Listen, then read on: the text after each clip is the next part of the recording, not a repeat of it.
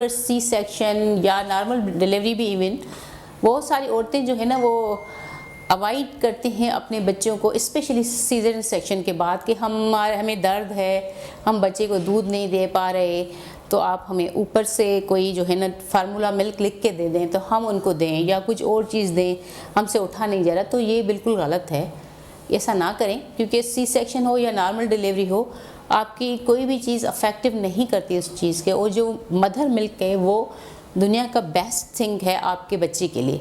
उसमें जो फर्स्ट वाला जो मिल्क होता है जिसको कोलेस्ट्रॉम बोलते हैं, उसमें इतनी एंटीबॉडीज़ होती हैं, इतनी इम्यूनिटी होती है कि आपका बच्चा पूरी उम्र तक बीमारियों से बचा रहता है।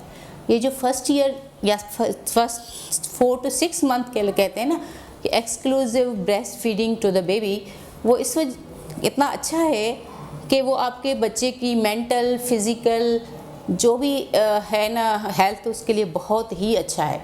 वो बहुत सारी बीमारी में इवन अडल्ट लाइफ में भी बचा रहता है। उसकी इम्यूनिटी अच्छी होती है, उसकी मेंटल एक्टिविटी अच्छी होती है, उसकी ग्रोथ अच्छी होती है, क्योंकि कुदरती तौर पे इतनी मिकदार में एक जैसे कि बिल्कुल एक क्वांटिटी करके उसमें रखा गया है कि इस बच्चे के लिए इतनी तादाद में ये चीज़ होनी चाहिए, इतनी तादाद में ये चीज़ होनी चाहिए। ये सब उस ब्रेस्ट मिल्क में होते हैं। अल्लाह ताला की तरफ से ये एक नेमत बच्चे को दी गई है। दूसरी बात है, एक तो बच्चे को बेनिफिट तो होता ही होता है, मगर माँ को भी बेनिफिट होता है।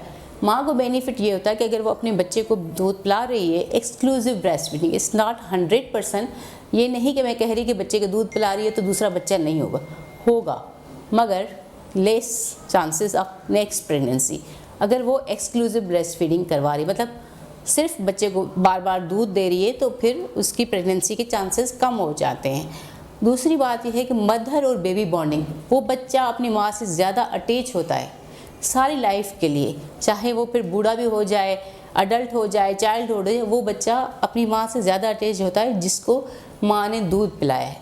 और तीसरी, मदर को जो है ना वो एंडोमेट्रियल या बच्चेदानी का कैंसर नहीं होता, ब्रेस्ट कैंसर नहीं होता, उसको पोस्टमार्टम हेमरेज नहीं होता, क्योंकि जब वो बच्चा फीड करता है, सकिंग करता है, तो ऐसी रिफ्लेक्सेस जाती हैं एंटीरियर पिट्यूटरी हो जहाँ हमारा माइंड है उसकी तरफ, जिसकी वजह से यूट्रस कंट्रैक्ट होता है, जिससे बच्चे के बाद की जो ब्लीडिंग है उसके चांसेस कम हो जाते हैं। और जो बच्चेदानी है वो अपने टाइम पे जो है वो सिकुड़ जाती है। अगर वो नहीं होता तो उसमें पोस्टमार्टम हेमरेज के चांसेस बढ़ जाते हैं। एक तो बात हो गई है। दूसरी है कि वो ब्रेस्ट कैंसर की और जो है ओवरियन एंडोमेट्रियल कैंसर से भी बचा रहता है, क्योंकि उसमें एनोवुलेशन हो जाती है। एनोवुलेशन की वजह से जो है हार्मोन्स रिलीज कम होते हैं और ब्रेस्ट एंडोमेट्रियल ओवरियन कैंसर के चांसेस कम हो जाते हैं। तो ये मदर के लिए भी बेनिफिशियल है, बेबी के लिए भी बेनिफिशियल। कोई गुट्टी, कोई शहद, कोई मक्खन, क्योंकि बच्चे को उस चीज़ की नीड ही नहीं होती।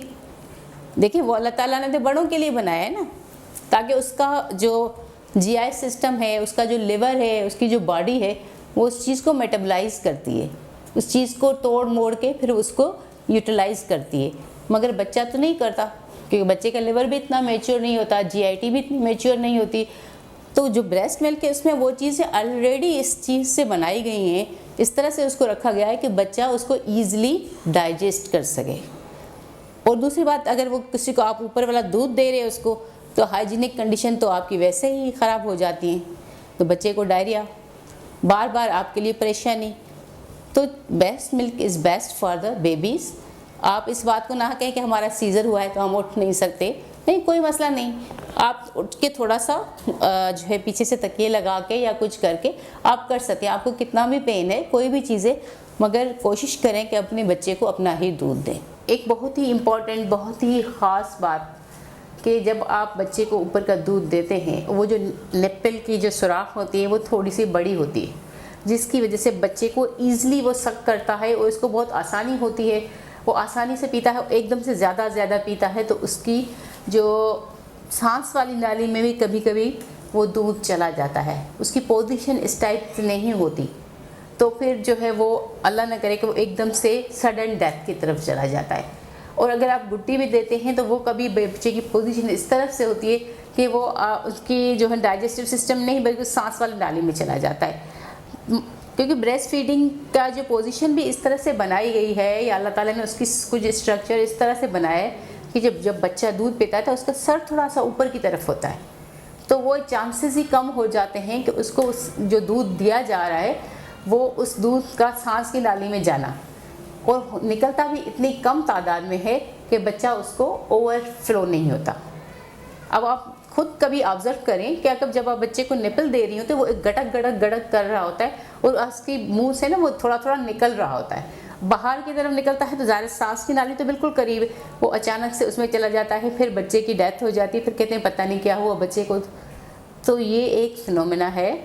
तो आप कोशिश करें कि अगर कोई दे भी रहा है तो शुड बी केयरफुल के बच्चे को दूध बहुत ही जो है ध्यान से दें, नहीं तो फिर बच्चे की डेथ के चांसेस भी हो सकते हैं, जो बहुत ही ख़राब बात है। बहुत सारे लोग जो है ना खुद ब खुद कहते हैं फलानी औरत को जो है ना दूध दिया उसकी बच्चे को, तो डॉक्टर ने ये लिख के दिया था तो मैं भी ये दूध अपने बच्चे को दे दूँ, मगर ऐसा नहीं है। हर बच्चे का वज़न अलग होता है, हर बच्चे की फ़िज़ीक अलग होती है, हर बच्चे की रिक्वायरमेंट अलग होती है, उसकी गेस्टेशनल जैसे कि कितने महीने का है, क्या चीज़ें हैं, वो सब चीज़ें अलग हैं। तो ये बहुत अच्छा है कि पहले आप दिखाएं डॉक्टर को, वो आपको क्या प्रिस्क्राइब कर रहा है, क्या उसके हिसाब से, उसके वेट के हिसाब से ये वाला मिल्क सही है कि नहीं है, इस मिल्क में क्या कंटेंट्स हैं जो इस बच्चे के लिए बेनिफिशियल हो सकते हैं या रिस्क वाले हो सकते हैं। तो आप ऐसे नहीं अपनी तरह से उसने उस बच्चे को दिया तो मैं भी उससे पूछ के अपने बच्चे को दे दूं, तो ये बच्चे के लिए फ़ायदे की बजाय नुकसान हो सकता है। आपका बच्चा बीमार हो सकता है, आपका बच्चे ग्रोथ रुक सकती है, आपके बच्चे की मेंटल एक्टिविटी अफेक्टेड हो सकती है। तो कोशिश करें कि अगर आप दूध दे भी रही हैं ड्यू टू एनी रीज़न, वैसे तो दे ही ना, 6 महीने तक तो दे ही ना, 4-6 महीने के बाद जो सोचें, और घर की बनी चीज़ें बाद में उसको स्टार्ट करवाएं। मगर अगर दे भी रही हैं तो एटलीस्ट ये ख्याल रखें कि सही वाला दें, जो डॉक्टर आपको प्रिस्क्राइब करता है उस बच्चे की हाइट, वेट, उसकी फ़िज़ीक की वजह से वो आप उसको दें।